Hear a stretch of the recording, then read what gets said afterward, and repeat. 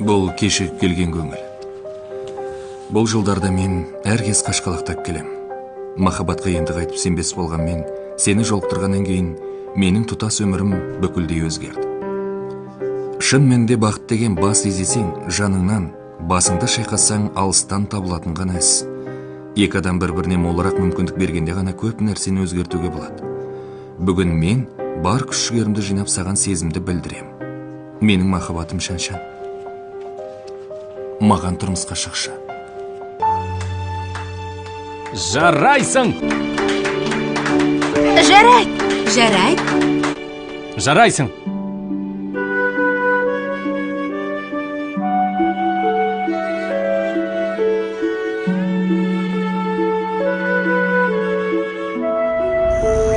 Бірақ бұл тек менің қиялым ғана.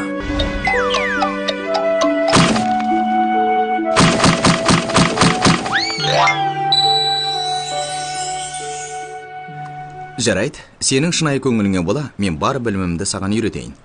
Жарай ма? Және мен саған техникалық көмек беремін. Қандай ақылдар мен амалдарының бәрін пайдасы болған жоқ қой. Мен қазір саған жақсы ой айтайын. Тоқта, екінші ағай. Бұл жағынан мен құқығым жоғары. Алдымен, маған сөз бер, жарай ма? Ең бірінші, бұл қыз белгілі бір тәртіппен қарауды мұқтаж етеді. Алғашқы қадамды гүлмен шабуылдау керек. Одан басқасы бар ма? Сен түсінбесең асықпай тыңдамайсың ба? Болды, саған айтқан менде пайда жоқ. Бұл жұмысты Дананға тапсырайық. Данан 999 гүл. Ақшаны ше? Мырза, гүл аласыз ба? Иә. Мына раушан гүл қанша тұрады? Бұл 8 юань. Мына сарғыштау. Мынау қанша тұрады?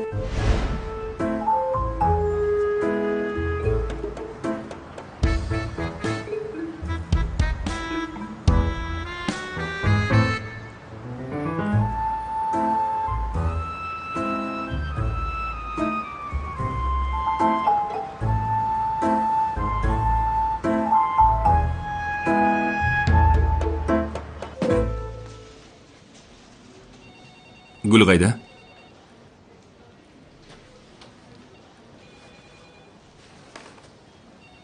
Солған гүл? Қалай екен?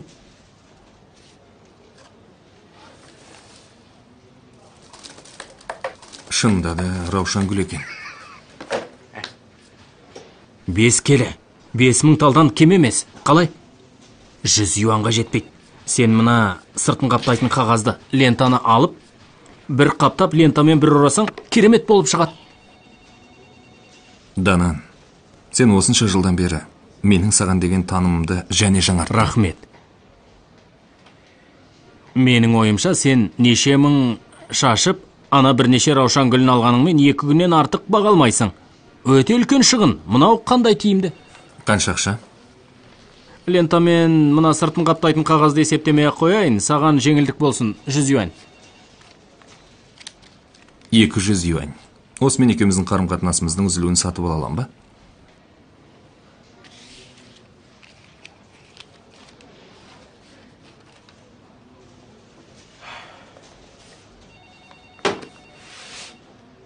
Мен 20 000 юаньмен екеуміздің қатынасымызды қайта сатып алам. Жарай ма?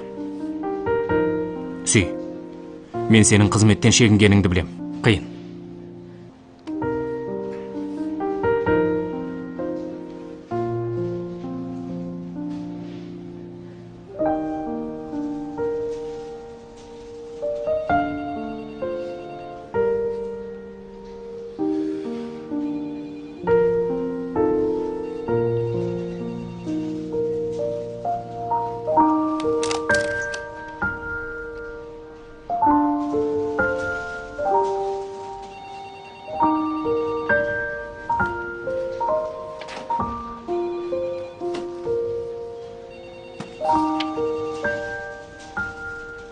Жас жігіт сенің гүлді алған кездегі бір сәттік көркіңе назар аударады.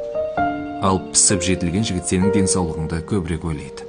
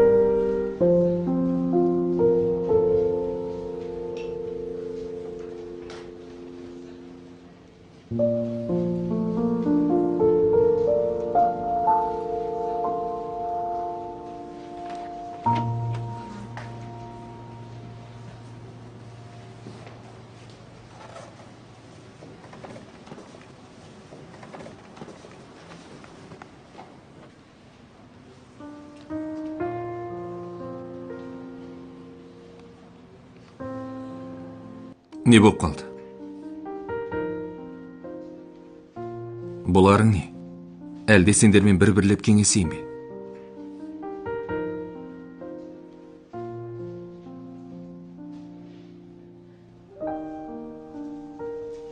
Көп жеп, көп ұйықтап, көп дене шынықтыр.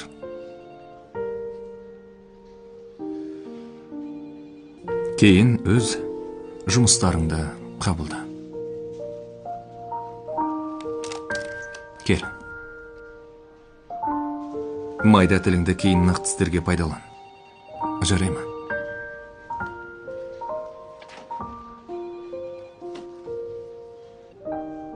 Болды.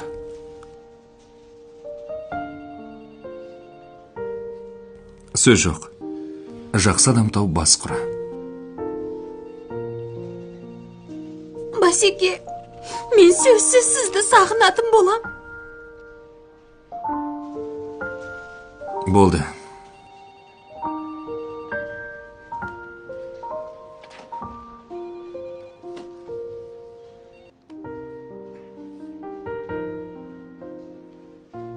Адам өмірі әркез қоштасуға толы.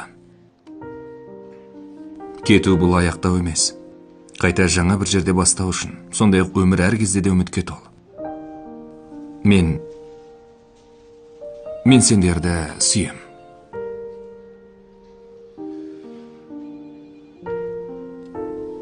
Барлығыңды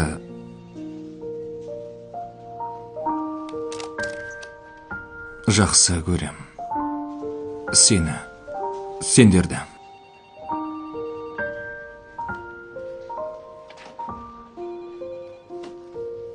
Басеке! 又一次的让理由牵着我们走，曾经那份快乐，悄悄地被香烟的味道带走，忘了放过几次手，也忘记回了几次头。握着手中的尊严，却早知已将幸福送走。直到春烟已老旧，或许才明白，你我并未看透，像是条河流，勇往直前却看不到尽头。该走的都走了，该留的却一个没留下。等候，我无意跟着你走，换来的却是多余的忧愁。或许是人生过了头，才明白爱情不过是两个人的所求。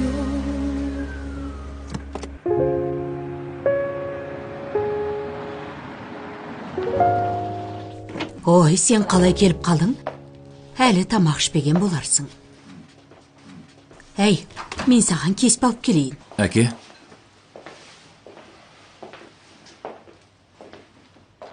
Апа? Ау?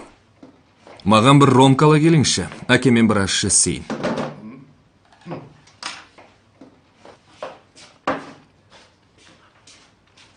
Міне.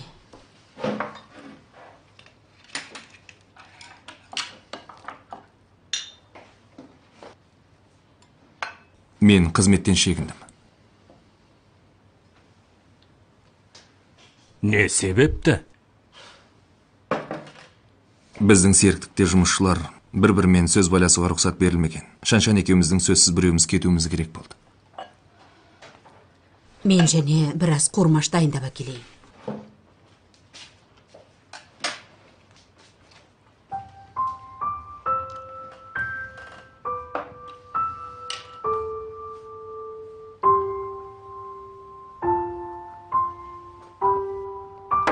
Шыққаның жақсы болыпты.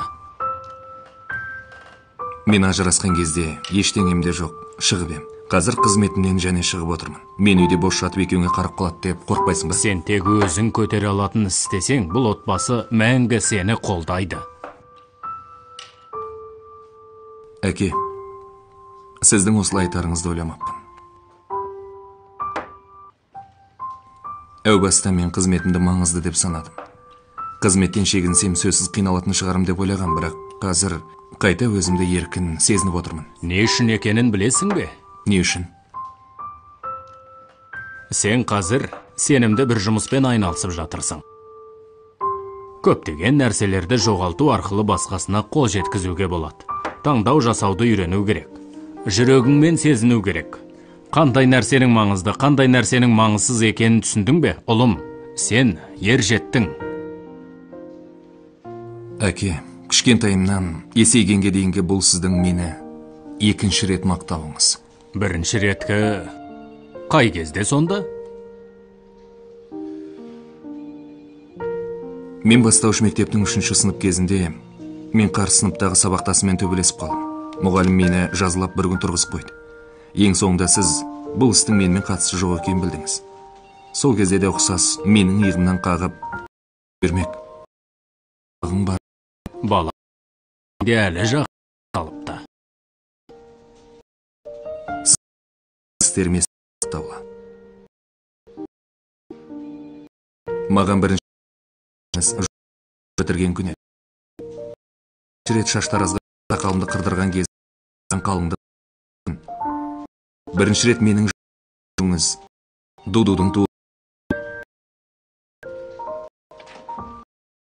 Бірінші ес білген кезімнен оның алдын қалмаған қайта жүргенінен. Жоқ. Кішкентай кезіңде мен жұмыс өшең тұрмыс кешірдім. Салқын мінезде бұл өмірде өкінетін. Сен әрқашан маған деген көзқарас біздің араға қашан өзгеше су қалыптасқан. Бәрі болды. Ешқандай да кешеме. Дәке болдым. Тіпті сізді тіпті мен басында жанымды салып жүрумен мұң үшін емес пе? Қателік өткіздім. Мен түсіндім. Түсінсең болды. Әкелі бала бір-бірімізді түсінуге тура келеді. Егер түсінбеушілік болған күннің өзінде, біздің сезімімізге ешқандай әсер етпейтін шығар, солай ма? Дұрыс. Шаншан да осылай айтқан еді. Мен түсінем мұның бәрі Шаншан үшін екенін. Ол маған бірнеше рет айтып еді. Орайын тауып сізбен сөйлесуді. Шаншан негізі жақсы бой жеткен. Соңына дейін жетпей, әсте шегінуші болма. Мен сенің осы қырсық мінезіңнен алаңдаймын.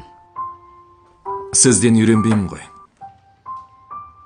Сен мені теріс үлгі ретінде қарайын дедің бе, жүгірмек? Тез келіңдер. Кел. Әңгімені қойыңдар, тез тамақ алың. Келді.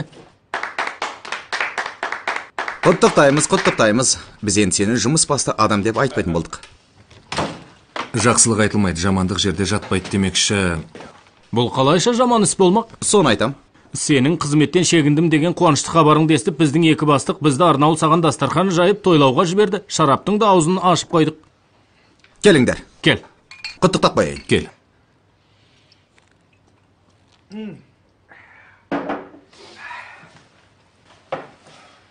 Үшеумізді айтсаңшы, шынымен де достығымыз айырылмастай ғой. Тіпті жұмыстан да ұқсас бір жылда шығып қалдық. Бірақ сүй ештеме етпейді. Жақсырақ демалып, бағытыңды реттеп ал. Иә, кем дегенде ағайындылар дәмханасы бар. Біз жақсырақ істейік, жақсылап 2 жыл істеп, табысқа жетсек, бізде сыртқа шығып саяхаттайтын боламыз, сыртқы табиғатты көріп қайтамыз. Келсем, толық қолдаймын. Бірақ мұның алдында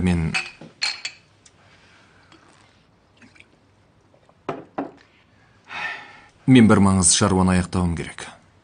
Өте маңызды. Түсінеміз. Ваң Шаншан ғой. Бірақ сүй. Шын мәнде бұл әйел заты қамқорлық пен ілтипаттыққа қоса романтиканы қалайды. Түсінемісің? Дұрыс. Чаңға қараш, әр жолы фың-жың-жыңмен түк болмағандай өтіп кетеді. Болмайды. Менің ол әдістерім оған лайық келмейді. Өйткені ол романтикалық адам емес қой. Бірақ қалай дегенмен 1-2 күннен соң Ваң Шаншанның туған күні.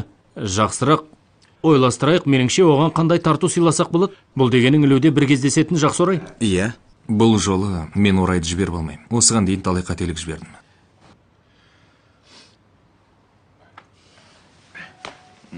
Ойламаған шығарсың. Нені? Мен қызметтен шығуды шешкен күні Данан күтпеген жерден маған 20 мың берді. Бір алып қояйық, досым. Ей, тоқташ. Мен тазалық үйіне кеттім. Олай емес, Данан. Ей, сүң Данан. Оның ішіндегі 15 мыңы менікі. Өлгірсеміз. Сен жалпы 30 мың бердің деген жоқ бедің. Шық бері. Өлгірсеміз. Шық бері дейм. Бол тез. Шық дейм.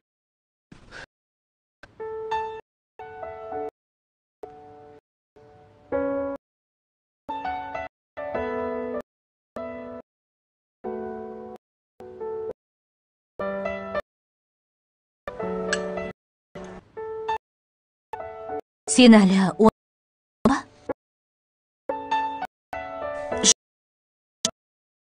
ең қорқыныш ол бір шешім жасай алмау.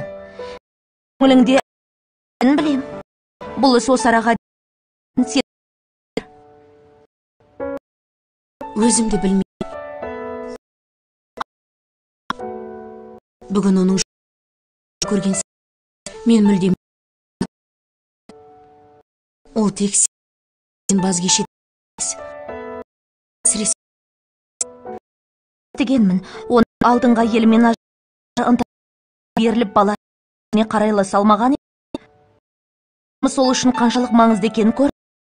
Бірақ үшін жұмыстан шегініп отыр. Бұл сен екендігіңді білдіреді. Мен кездескеніме көп байқаймын. Ол бірнеше күннің алдында үйіңнің кілтін алуға осынсый жасаймын. Өкінішке біз көбінде қаламыз. Бірақ қазір ол саған тосын сыйын жасау қадамында жүрген шығар. Роза гүлін ұсынуға, шай. Сен үшін ол өзіне маңызды деп есептеп келген жұмысынан бас тартты. Менің ойымша ол барынша құлшынуда. Біз бәріміз құлшындық. Бірақ көз алдымызда осындай нәтиже. Мен өзімде бұл сезімді қайта бастайтын батылдығым бар жоғын білмеймін.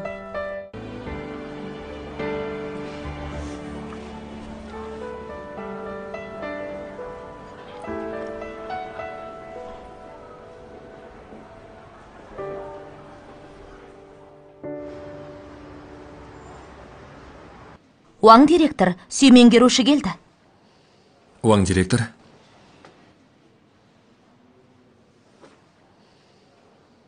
Сүйжен, естуімше сен жұмыстан шегініпсің. Иә, Шаншанға бола ма? Толықтай олай емес. Меніңше Шаншан бұл мені мүлдем кешірмейді. Шаншан бір қарағанда көп ештеңен парықтамайтындай көрінгенмен ойы салмақты. Басқа балаларға қарағанда ерте сейген.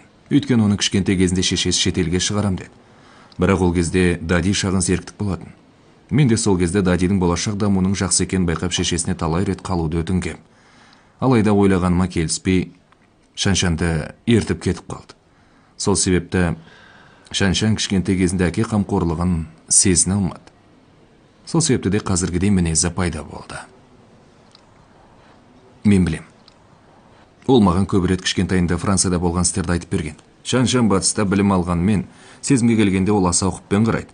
Бәлкім шешесі екеуміздің ажырасу себебімізде махаббатқа сәл қарайтын шығар, бірақ сүйіп қалған жағдайда өзін тоқтата алмайды. Сен оның алғашқы маған жақсы көрем деп айтқан адамысың. Мен оның мұқияттылықпен ойланып барып шешкеніне сенімдімін. Дәл осындай оның шынайылықпен қарауынан менің қайта-қайта қол үзгендігім себепті кешіре алмай жүр.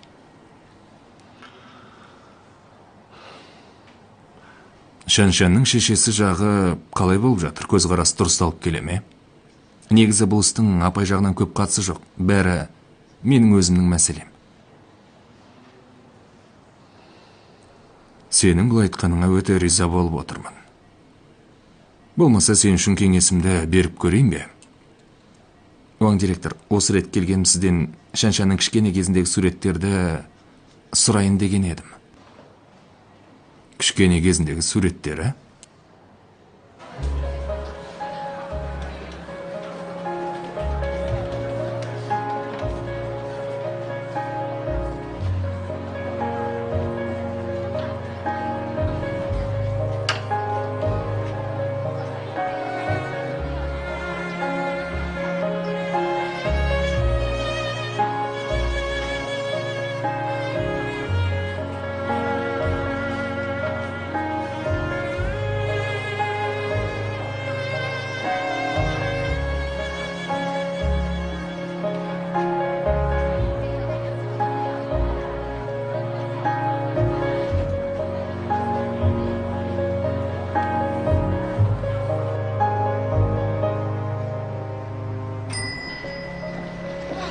Біздің мына жаңадан келген бөлім меңгерушіміз жиын ашудан жалықпайды екен. Енді тазалық үйіне бару үшін де жиын ашып қол көтертіп мақұлдатамын деп алаңдаймын. Жаңа тағайындалғандықтан өз саясатын жүргізіп жатыр ғой. Ақырын қалпына Мен келеді. бар ғой, әлі де өзіміздің бастығымызды сағынып жүрмін. Әй, қараңдаршы, ана тұрған біздің бастық емес пе?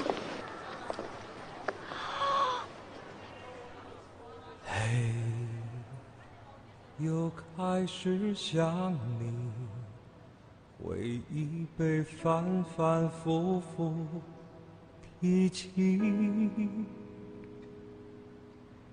看不见的空气潮湿了我的心情，你过得怎样？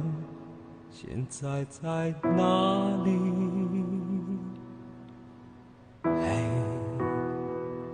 还是会想你，一点一滴充斥着我的记忆。最想说的话，不断的提醒，我的世界里不能没有你。如果怀念你，怀念过去，我难免会伤心。太多的回忆，时光与你分开又谈何容易？如果怀念你，怀念过去，你是否还在那里？相同的关心，不同的距离，我的退让不是因为我不爱你。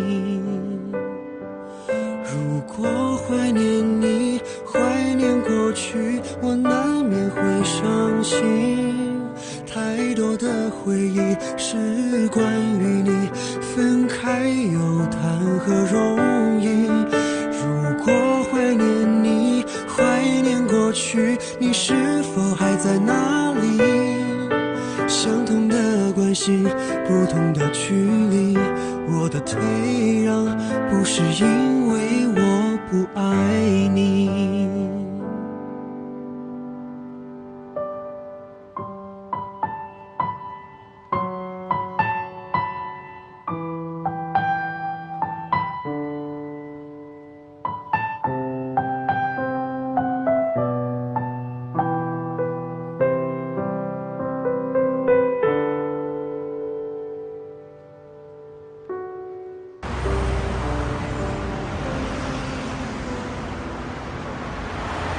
Мен саған айтайын.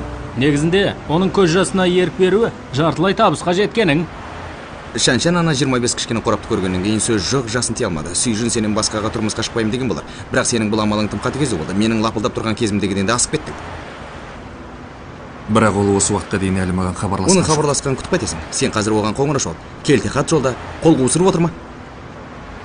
Оған біраз уақыт берейік, өзі ойлансын. Шән, мен қайтып келдім.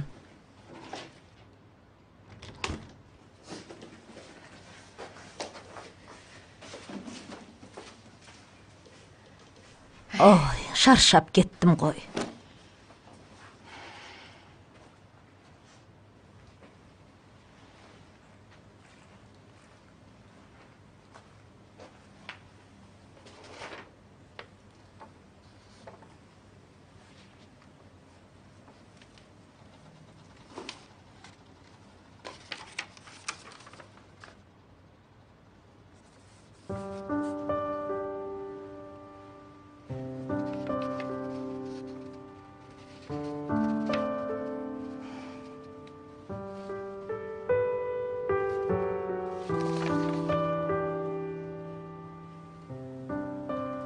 Сүйжінге қатысты істе сен әлі екідай болып жүрсің бе?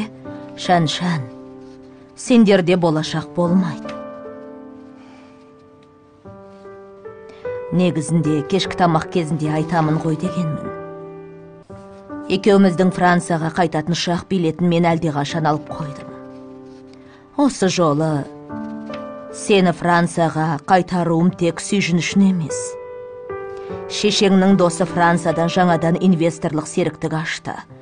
Қазір адам іздеп жатыр. Сен барған соң бірден жұмысқа шығасың.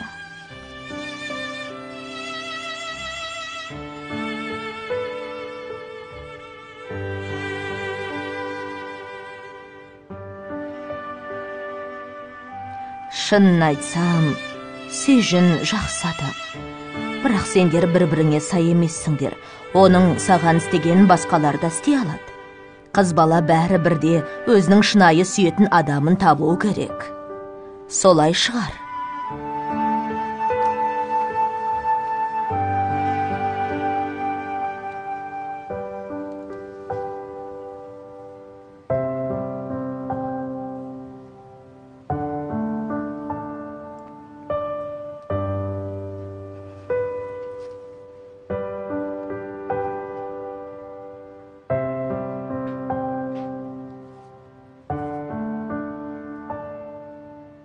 Менің шаруамды айтпайық.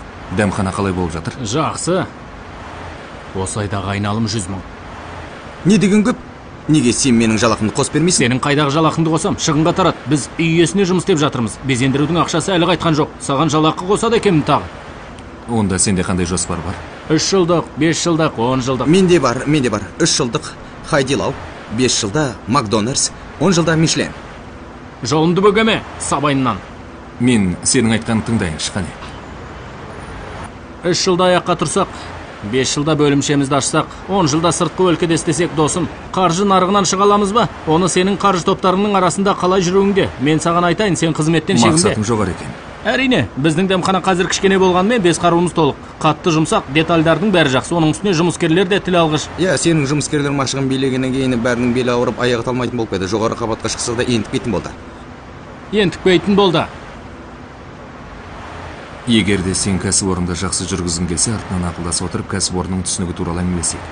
Мен қаржы саласында қызмет еткен кезде неше жүз мың адамдық үлкен зауытта кішісі шағын серіктіктерді барлығының жақсы түзімі барын көрдім. Бірақ олардың бәрі түзімді, мақсатты және сенімді, тек қабырғаға іліп қоймайды. Әрі бірі жүректермен сезінеді. Досым, не айтпақшысың, ойыңды түсінбедім. Менің айтпақшы болғаным, біз егерде жақсы істейміз десек, осы 3 нәрсені бір жерге тоғыстыруымыз керек. Жоқ, сондай күрделі болып па? Біз Сычуан тағамын сатайық, теңіз өнімдерін сатайық. Жетеді ғой? Ондай күрделі ойлап. Ол сөзін айтып болсын, оның айтқандарының жөні бар. Жалғастыр. IBM-нің бұрынғы қызметкері бір сөз айтқан екен. Бір кәсіпорын шынымен де үлкен жұмыс істегісі келсе, тек қана техникалық басқышта тоқтап қалмау керек. Оның үстіне жаңалық жаратуға.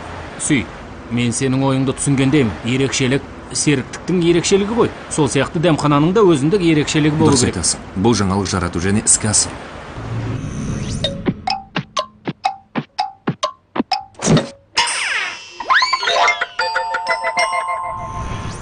Құдайым-ай. Меніңше болды. Сағат 12 болып қалды. Сүй, сен данамен пайдасы жоқ әңгіме айтып отырғанша, Уаң Шаншанға келтіқат сияқты бірдемелер жолдап, жақсы демал, мен сені сағындым деген сөздерді айтпайсың ба?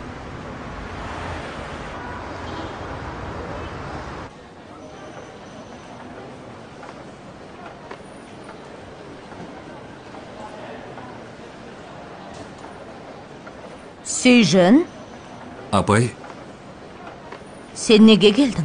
мен сізбен сөйлесейін деп ем. Менің жұмысым бар. Сен қазір маған не айтсаң да Мен тек пайдасы сіздің жоқ. 10 минут уақытыңызды аламын.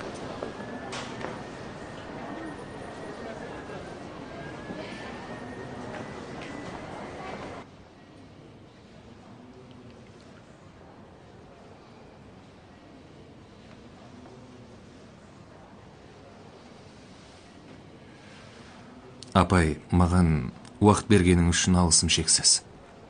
Болды. Мұндай көлгірсеген сөздеріңді қой. Не айтқың келсе Алдыңғы рет мен іздеп келгенде маған деген көп күмәніңіз болды. Сіз кеткеннен кейін мен де ойландым. Сіздің айтқаныңыз орынды. Көп нәрсені тек адалдықпен шешуге болмайды. Сүй мырза, білгеніңіз жақсы бопты. Сол себепті мен жұмысымнан бас тарттым. Жұмыстан шегіндің? Иә. Өмір сүру сен ойлағандай жеңіл емес. Сендер жастар ұзақты ойлау дегенді білмейсіңдер. Бұл менің бір реткі албырттығым емес. Мен ойлана келе қабылдаған шешім. Шаншан екеуміз бір серіктікте қызмет істейміз. Мен оның мінезін жақсы түсінем. Мен шегінбеген күннің өзінде біраз уақыт өткен соң ол мен үшін қызметінен шегінеді. Жақсы. Сен қызметіңнен шегіндің делік. Ол нені өзгерте алады? Апай, артық айтсам ренжімеңіз. Сізде де сәтсіз неке болған. Сол себепті сіз білуіңіз керек. Көп нәрседе біз шешім шығара алмаймыз. Мен ажырасқаннан кейін көп ойландым. Мен өзімнің қай жерде мәселемнің бар екенін білдім. Сол себепті Шаншанмен араласу барысында мұндай қателіктерді қайталамайтынмын. Түсінесіз бе? Мүлде қайталамайтынмын. Сен неке туралы сөз қозғаған екенсің, онда мен де саған айтайын. Дәл сол сәтсіз неке маған ажырасудың адамға қаншалықты азап әкелетінін түсіндірді. Мен бұл істің Шаншанның өмірінде болуын қаламаймын. Мені дұрыс түсін. Негізінде көп адамдар таңдау жасайды. Біз өз еркімізбен жақсысын қабылдаймыз. Дәрменсіздер қалған нашар сезімді қабылдауға мұқтаж. Бірақ та негізгі мәселе, мейлі жақсы болсын, жаман болсын, біз олардың болашағының нендей болатынын болжай алмаймыз. Апай, мен сізге сөз беремін.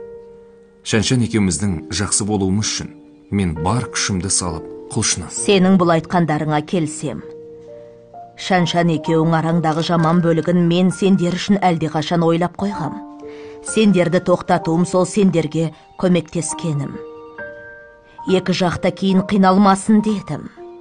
Бірақ қалай болмасын, маған бір орай беріңіз. Маған деген көзқарасыңызды өзгертетін. Сенде қазір қызметте жоқ. Сен қалай қызыңа қамқор боласың, және қалай менің қызыма қамқор болмақсың? Мен қаржы саласының мамандығын бітіргем. Көп жылғы қызмет тәжірибем қысқа уақыт ішінде жақсы жұмыс тауып алуыма көмектеседі. Оның үстіне менің жинағаным да бар. Үй алсам алғаш қаржысын салуға мәселе жоқ. 2 күннің алдында қамсыздандыру иеленушісі Шаншан мен Дудуға өзгертіп қойдым.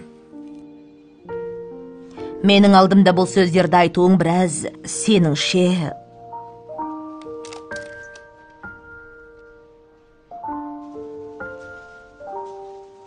Мен сенің айтқандарыңа назар аударам ба? Апай, ендеше сіз неге назар аударасыз?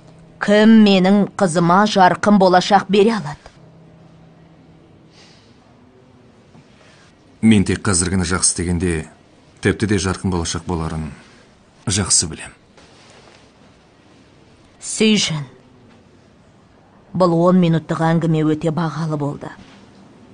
Сенің ертерек жақсы қызмет тауып алуыңа тілектеспін. Қызыңа жақсырақ қамқор бол. Мен қызымды ертіп, Францияға қайтамын.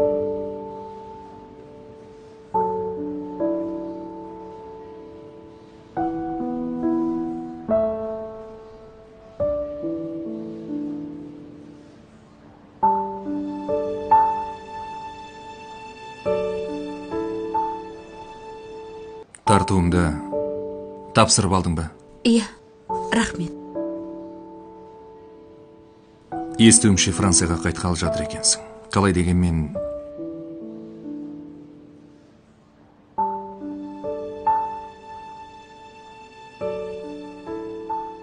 Қалай дегенмен мен де бір баланың әкесімін. Бірақ мен де сеюім керек. Сен мені кешіре аласың ба? Мен сен құсап айттырмайым, бірақ мен үміттенем. Сен менің өзгергенді көрсең екен деп.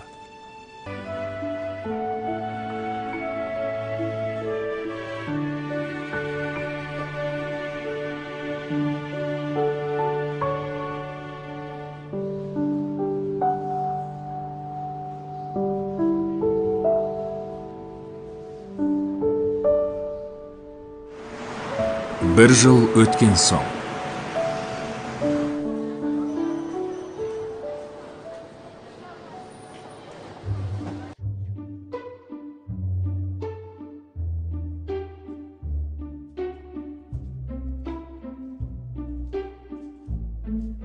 Сендер қайдасыңдар? Жылама, қазір үйге жетеміз.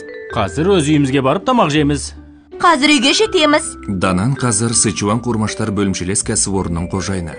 Бірақ та өзінің салтанатты түскасымен Шәутеңнің санап тауысқыз қымбат бағалы заттарына есебін жасай алғанымен, ол әлі де өзінің Мерседес көлігінің көлік тұрағында тұрған ақысына бола есептеседі. Сәлеметсіз бе мырза, көлік тұрағының ақысын төлесеңіз. Қанша? 35. Қанша? 35. Қанша? 35. Мен саған өмір туралы айтып берейін. Адамның өмірі ымыраға келу. Сен бір қадам артқа шегінсең, мен бір қадам артқа шегінсек, әлеміміз кемелденеді, әдемленеді. Әй, боласың ба жоқ па? Қазір 1 минут. Құлыным сол жылама. Қазір әкең бәріміз үйге қайтамыз. 1 минуттан соң әкең оны жолға салады. Кел, сөзімді тыңда. Сенің ақша жинағаныңды түсінем. Мен де қос қолдап қолдайым, бірақ біз сияқты кедей адамдардан қалай үй алмай ақша сұрайсың?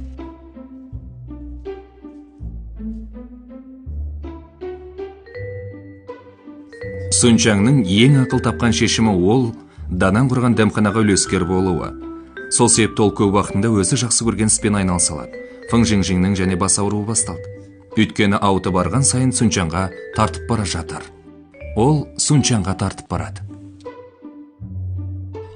Ой, Гого! Бүгін менде уақыт болмас.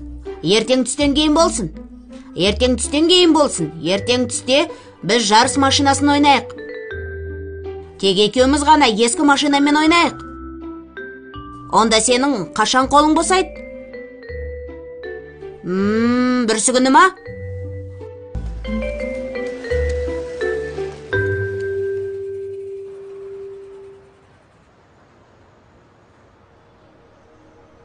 Өзім болсам, қайтадан өзіме таныс қаржы саласына қайтып келдім. Бір инвесторлық серіктікке. Бұл арада бәсеке күшті болғанмен, табысы жоғары. Ең маңыздысы, өз уақытымды өзім орналастыра аламын. Мен жетіп алдым. Сен екеуің қайдасыңдар?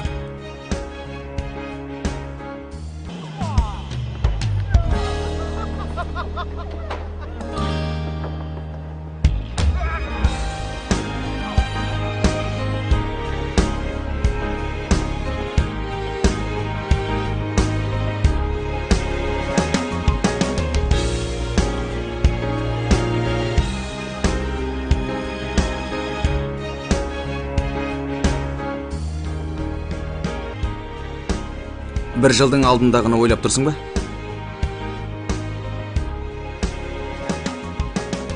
Ақырын өткен істі еске түсіреміз. Бәлкім бұл біздің қартайғанымыз. Жоқ. Біз есейгенбіз.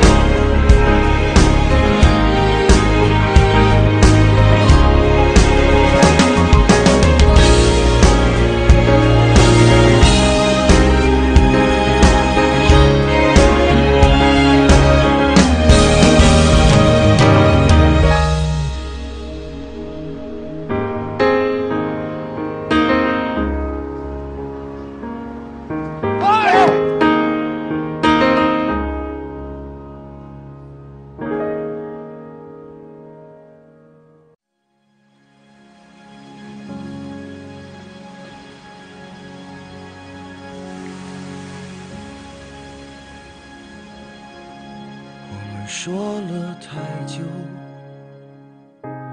抱怨着人生的一无所有，总觉得自己能承受，却一次又一次的让理由牵着我们走。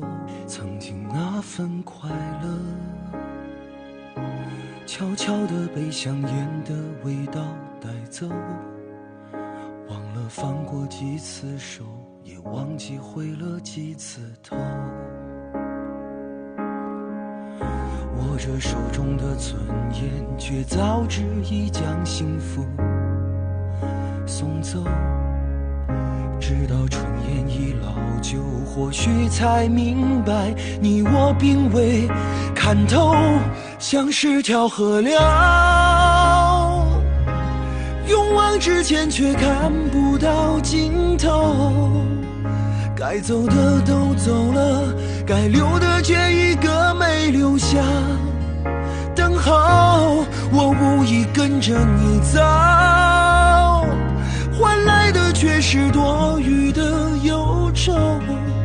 或许是人生过了头，才明白爱情不过是两个人的索求。